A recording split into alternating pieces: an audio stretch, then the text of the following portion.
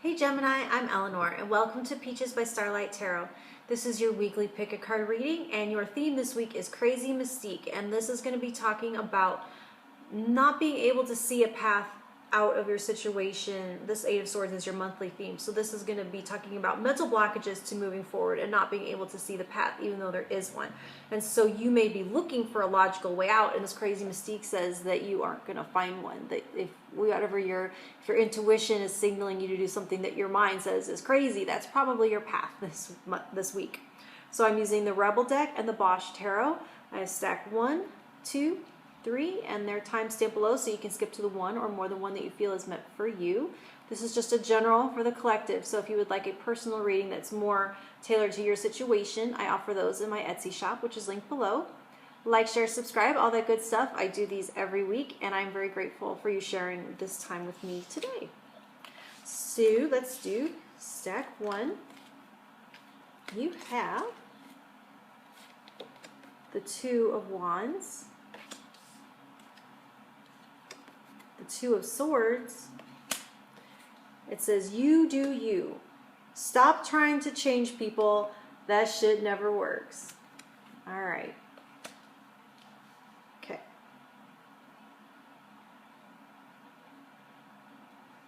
So this Two of Swords does corroborate that trying to think it through won't move you forward. It's like all of your potential strategies give power to other players.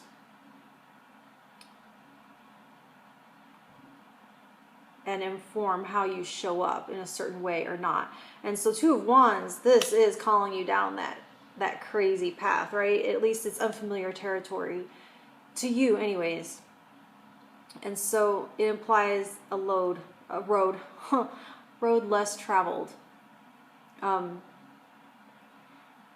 So then that road being wrapped up in this card here. So what happens if you did what you wanted to do? If trying to choose based on your authentic desires without trying to manage what other people think of you, or trying to manage what their feelings are, does that way forward open up? Does that kind of lift some of these swords up out of your path? The irony, though, is what I'm getting is that some of those fears and wanting to manage that image and wanting to not want to show up a certain way, and those fears have to do with not wanting to appear inauthentic or fake. And so it's like you're trying to not be that way and creating a situation that might not be your authentic response. And so just take away that factor and go straight to whatever your authentic response is. If you don't want to be fake, don't be fake. It sounds simple, but we are sometimes so afraid of showing up that way that we will do exactly something that's inauthentic to us because it will seem more how we want it to, if that makes any sense. Stack 2, you have the Three of Wands, the Six of Pentacles.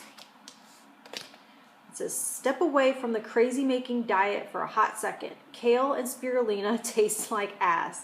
Eat some yummy shit. Bacon, chocolate, beer. Get some. So this scene is very specific to food. So if you don't have this issue and you want to apply it to the media that you consume, or whatever it is, however it is that you feed yourself, or however it is that you treat yourself, it can be talking about your self-talk, your mental, what it is that you feed your mind.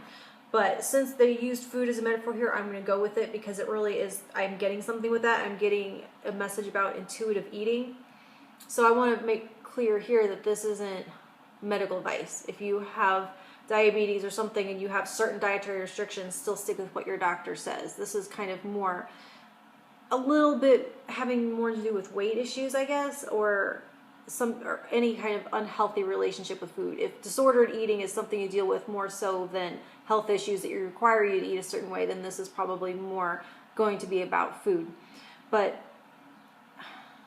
so anyway, there is this idea of intuitive eating where you trust that your body wasn't born stupid, and you know that you can trust its cues. And I think we can kind of hear that and just assume or be afraid or not trust, and that this might be this free-for-all and we'll just eat nothing but cake. And so maybe at first that might be what you have that first day. That might be really what you really want. You might really treat yourself to that, but eventually that will balance out.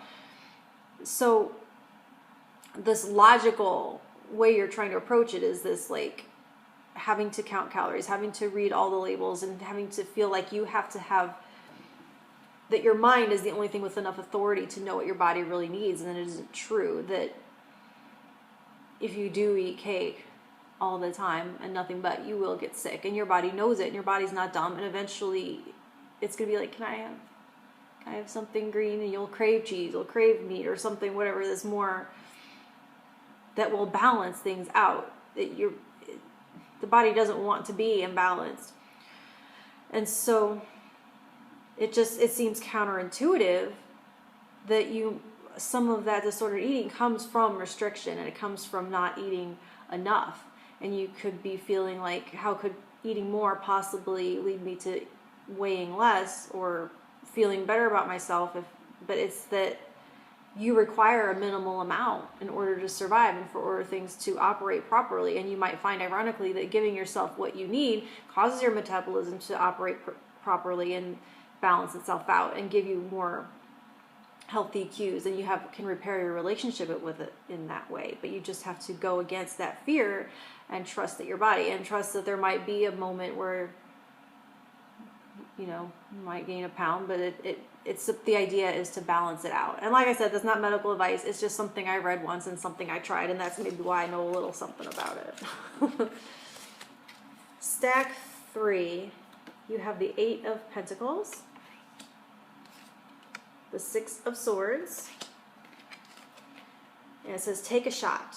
Don't take 12, take 1, okay, maybe 2, move on.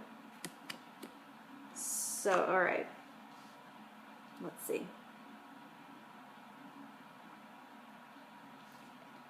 This 8 of Swords feels like, or this 8 of Pentacles, this feels like taking that shot. And then the 6 of Swords, that's the moving on, right? So it does show you wanting something very badly, wanting to be a success, wanting to be a master of your craft. And there's nothing wrong with ambition. That's a positive trait until the balance tips and you start to resent how much of your time you're putting into it without much getting anything in return. And that's where you have to revisit what your intentions are behind that. This is not to say when they talk about moving on isn't the same as giving up. I think sometimes we kind of have those be synonymous, and they really aren't. You can move on from a thought pattern without giving up on the action. You can move on from the way you're viewing something without walking away from a situation entirely. So it's about revisiting why you started chasing this to begin with. What was it that you wanted to accomplish? Can you put your narrow idea of success in that little boat? And that's what you push away from you. The traditional tarot, this is like refugees in a boat, and they're moving away from stressful and strifeful energy onto more peaceful shores. And so can you put that narrow idea of success into that boat and let that move away from you instead of you moving away from it, and go back to the enjoyment that led you to pursue that craft in the first place. Logic may tell you that there's no point if people aren't responding in a certain way, and there's something else that drives you besides that, and that's what you need to reconnect with. Okay, Gemini, I'll talk to you in a week. Thank you.